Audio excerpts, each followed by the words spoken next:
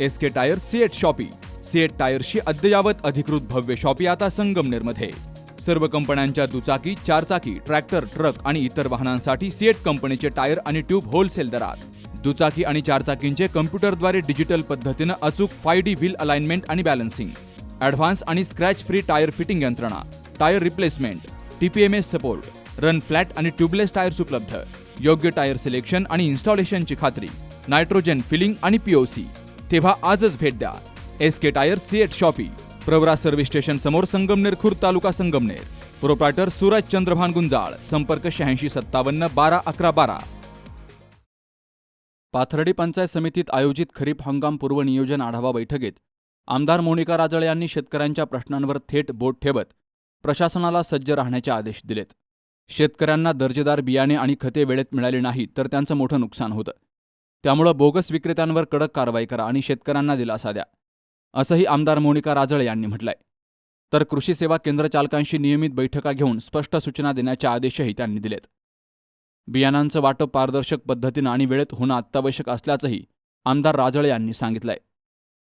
आपल्याकडे संपूर्ण राज्यामध्ये 8% म्हणजे 92% पाऊस पडेल सरासरीच्या, आणि पश्चिम महाराष्ट्र आणि मध्य महाराष्ट्र, मराठवाड्यामध्ये तर त्याच्यापेक्षाही थोडंफार कमी प्रमाणात 88% पर्यंत कमी परिमाण पडण्याची शक्यता आहे. म्हणजे 12% घट होईल. त्यामुळे वरिष्ठ स्तरावरून, राज्य स्तरावरून एलनिनोच्या शेतकऱ्यांना जी काळजी घेण्याची सांगितली जाते. विशेषतः आपल्याकडे जे पाणी आहे सध्या, आपल्याकडे फळबाग क्षेत्र हे खूप मोठ्या प्रमाणात आहे तालुक्यामध्ये. तालुक्याचं म्हणजे विशेष जे नावलौकिक आहे तर करंजी जो भाग आहे आपला, म्हणजे तालुक्याचा काही पार्ट आहे, तिथे संत्री ही मोठ्या प्रमाणात उत्पत्ती होते आणि विशेषतः राज्यामध्ये तिला खूप मोठ्या प्रमाणात मागणी आहे. विशेषतः व्यापारी येऊन स्वतः खरेदी करतात आणि शेतकऱ्यांकडे त्या म्हणजे विशेष उत्पन्न निघतंय. राज्यामध्ये अग्रेसर असं उत्पन्न येणारे शेतकरी या एरियामध्ये आहेत. तर ते फळबाग व्यवस्थित जिवंत राहण्यासाठी आपल्याला काय ह्या 2 महिन्यामध्ये पाणी टंचाई भासू शकते. तर त्यासाठी आपल्याला नियोजन करायचं आहे. CRA तंत्रज्ञान आहे किंवा पाण्याचं सूक्ष्म सिंचन तर ऑलरेडी शेतकरी वापरतो, परंतु आपल्याला पाण्याची बचत कशी करता येईल आणि पुढे पाऊस पडूपर्यंत, आता पाऊस पडला तरी कमी प्रमाणात पडेल आणि मध्ये मध्ये ड्राय स्पेल राहतील किंवा शेवटी जास्त पडेल किंवा कमी प्रमाणात पडेल, याची अजून जो काही डिटेल अंदाज आहे तो एप्रिल अखेर येईलच IMDचा. परंतु आपल्याला सद्यस्थितीत त्याची काळजी घेणं गरजेचं आहे. आणि खरीप हंगामामध्ये सगळ्यात महत्त्वाचं म्हणजे आपल्याला खते, बियाणं आणि कीटकनाशक हे जे काही हंगामापूर्वी, जे काही मे अखेर किंवा जून पेरणीपूर्वी आपल्याला खरेदी करायची आहे, तर त्याच्यासाठीचं महत्त्वाचं नियोजन आपल्याला ही बैठक माननीय आमदार महोदय, जिल्हा स्तरावर पालकमंत्री महोदय यांच्या उपस्थित दरवर्षी घेतो आपण. आणि त्याच्यासाठी जे काही नियोजन आहे ते ऑलरेडी तालुका स्तरावर पूर्ण झालेलं आहे. तर खताच्या बाबतीत देखील जी थोडीफार टंचाई आहे, तर ती टंचाई जी काही हंगामाच्या पीक पिरियडमध्ये युरियासारख्या खतामध्ये टंचाई थोड्याफार प्रमाणात उद्भवते.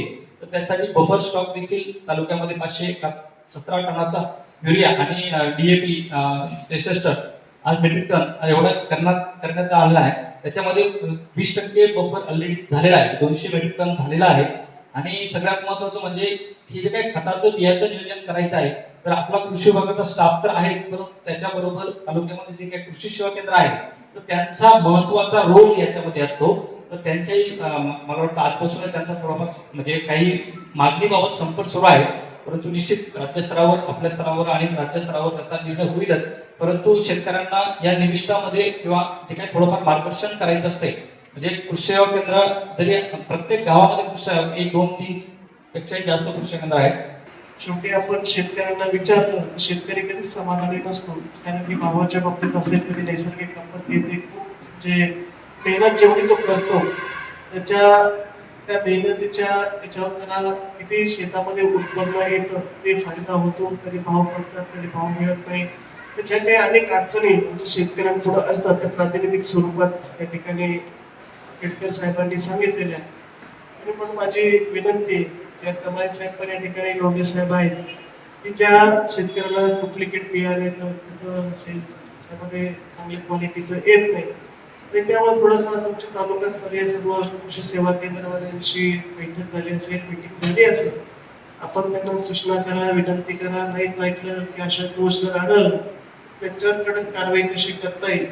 शेवटी वेळ निघून गेली तर त्याने काही शेतकऱ्यांचं नुकसान होतं. तर बऱ्याचदा आपण शासनाकडून बियाणं आपल्या विभागाकडून वाटप केलं जातं, परंतु ते वेळ मिळत नाही.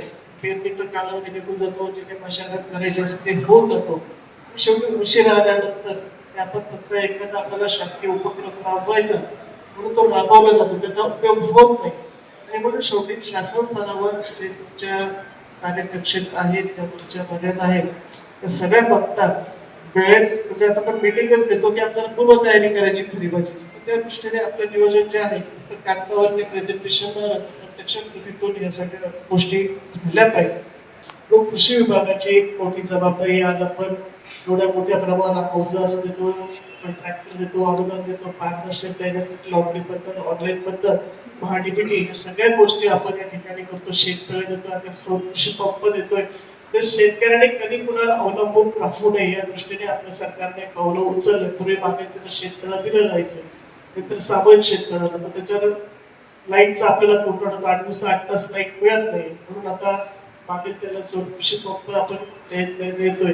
परंतु जी काळजी आपल्या कृषी विभाग म्हणून या ठिकाणी घ्यायची, बियाणाच्या बाबतीत असेल, खताचा तुटवडा असेल, डुप्लिकेट बियाणं असेल, या ठिकाणी कुणावर करावी लागू नये या दृष्टीने आपल्याला काही नियोजन करता येईल, शेतकऱ्यांना कसं दिलासा देता येईल या बाबतीत आपण खरं तर या ठिकाणी नियोजन केलेलंच आहे. आणि ते जे नियोजन केले ते निश्चितपणे या ठिकाणी प्रत्यक्ष कृतीमध्ये आपल्या सर्व अधिकारी आणि कृषी सहाय्यक यांच्या माध्यमातून शेवटच्या शेतकऱ्यांपर्यंत, गाववाडी वस्तीपर्यंत त्याचा निर्णय व्हावा किंवा मदत आपल्या विभागाकडून व्हावी हीच विनंती आजच्या या बैठकीच्या निमित्ताने करते.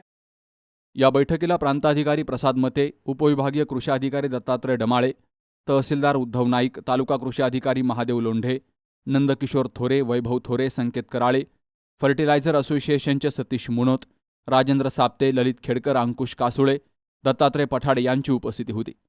या कार्यक्रमात पीक स्पर्धा 2025-2026 मधील विजेत्या शेतकऱ्यांचा गौरव केला गेलाय.